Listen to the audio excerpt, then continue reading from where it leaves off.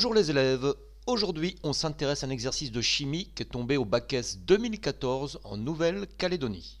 Il s'agit d'une solution antichlorose utilisée par les jardiniers et on se propose de doser les ions Fe2+, de cette solution.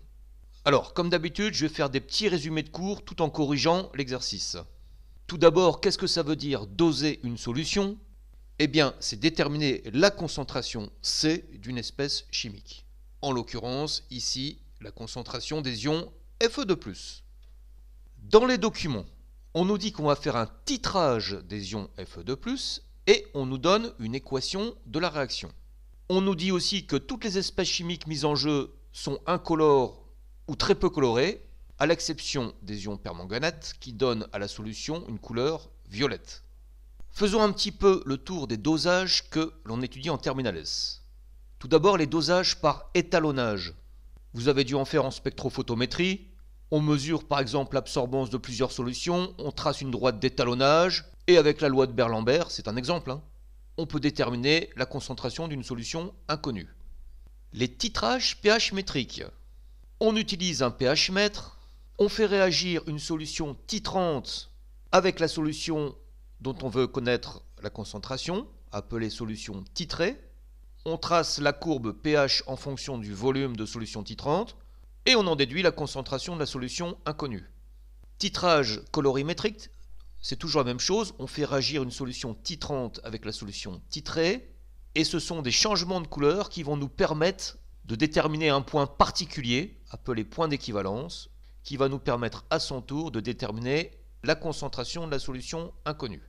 Titrage conductimétrique, on utilise un conductimètre. On trace le graphique donnant la conductivité en fonction du volume de solution titrante versée. Et même chose, on trouve la concentration de la solution inconnue.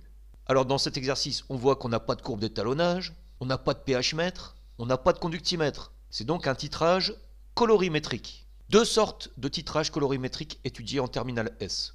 Les réactions acido-basiques, en général, pour le changement de couleur, on utilise un indicateur coloré qui va changer de couleur au niveau de ce fameux point d'équivalence. Deuxième sorte, les réactions d'oxydoréduction. Très souvent, ce changement de couleur s'observe grâce à la différence des couleurs entre les réactifs et les produits. On reconnaît dans l'équation de titrage de l'énoncé les deux couples redox Fe3+, Fe2+, MnO4-, Mn2+, c'est donc une réaction d'oxydoréduction. Et d'autre part, on nous dit que seuls les ions MnO4- ont une couleur en solution. On est donc dans cette situation.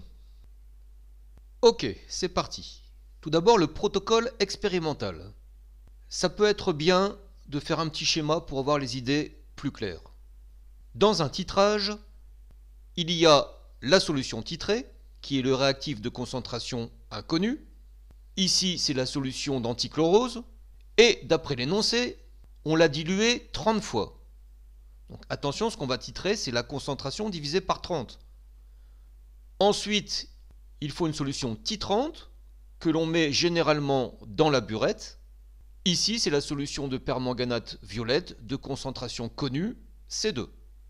On fait réagir la solution titrante avec la solution titrée, selon cette équation chimique. Alors attention, dans un titrage, il y a quand même quelques conditions sur cette réaction. Elle doit être rapide, totale et unique. On ne fait pas de titrage avec des équilibres chimiques ou avec des réactions qui durent 3 heures. Première question à laquelle on va s'intéresser. Lors du titrage réalisé, l'équivalence est obtenue pour un volume versé de 9,5 ml. Comment cette équivalence est-elle repérée? Pour que ça soit plus clair, je vais faire un tableau d'avancement.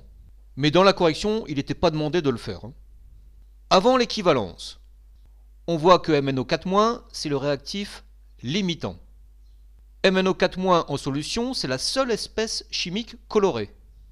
Du coup, lorsqu'on verse la solution titrante goutte à goutte, les ions MnO4- sont immédiatement consommés et la solution reste incolore. À l'équivalence maintenant, on sait d'après le cours qu'à ce moment-là, les réactifs titrants et titrés sont dans les proportions stoichiométriques de l'équation. Donc ici, 1 pour 5. Pour ce volume particulier versé, appelé volume d'équivalence, les quantités de MnO4- et de Fe2+ sont égales à 0. L'avancement final est donc égal à N2 sur 1 et à N1 sur 5. Cette formule va me servir pour la question d'après. Si on continue à verser la solution titrante après l'équivalence, eh bien cette fois-ci, MnO4- est en excès. Et dès la première goutte versée en excès, la solution devient violette. Donc c'est ce passage de l'incolore au violet qui va permettre de repérer l'équivalence. Question suivante. On nous donne différents produits commerciaux avec leur concentration massique en fer. On nous donne aussi la masse molaire de l'élément fer, 56 g par mol. Et on nous dit qu'à partir du titrage, le jardinier il est capable de déterminer le nom du produit commercial. Bon alors, on sait que le titrage va lui permettre de déterminer la concentration molaire. Et une fois qu'on aura la concentration molaire, il suffira de multiplier par la masse molaire, on aura la concentration massique. De manière générale, dans un titrage, quand on a une équation du style petit a grand A plus petit b grand B donne petit c grand C plus petit d grand D.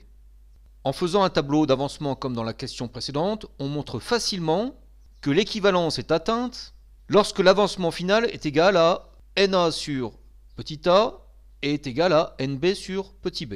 NA étant la quantité de solution titrante versée et NB étant la quantité initiale de solution titrée. Bon, on a vu juste avant que dans notre exemple, ça nous donne N2 sur 1 égale N1 sur 5, les coefficients stoichiométriques étant 1 et 5. À l'équivalence, N2 c'est C2 fois VE, et c'est égal à C1 V1 sur 5. On en tire l'expression littérale de C1. Alors, ne pas oublier qu'on a dilué au départ la solution 30 fois, donc la concentration de la solution commerciale c'est 30 fois C1. Il suffit de multiplier par la masse molaire pour avoir la concentration massique, on fait le calcul et on trouve 20 g par litre. On regarde dans le petit tableau et on voit que ça correspond au produit commercial Fer Sony H39F. Voilà, cette vidéo est finie. N'hésitez pas à poser des questions en laissant un commentaire. Bonne révision!